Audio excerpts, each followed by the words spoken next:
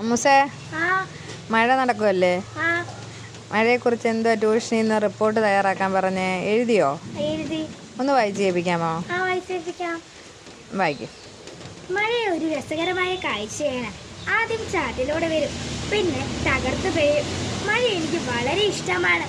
മഴയോടൊപ്പം ഇടിമിന്നലും കാണും. മഴ പെയ്യുമ്പോൾ ചെളിയിൽ ചാടി കളിക്കും. നല്ല തണുപ്പായിരിക്കും.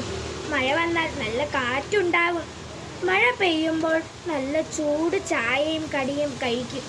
മഴ വരുന്ന മുമ്പ് നല്ല തണുത്ത കാറ്റുണ്ടായി മരങ്ങൾ ആടും. മഴയത്ത് കൂട്ടുകാരനോടൊപ്പം കളിക്കാൻ വളരെ രസകരമാണ്.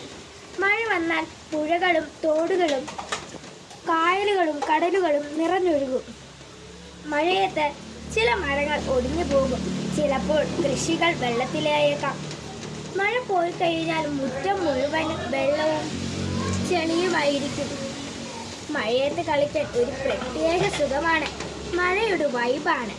മഴ പെയ്യുമ്പോൾ കരണ്ട് പോയാൽ കൊതുകൾ ഇങ്ങിറങ്ങും. മഴയത്ത് സൈക്കിൾ ചവിട്ടിയാൽ ചെളിയാക്കിയാൽ അമ്മ തല്ലിക്കൊല്ലും.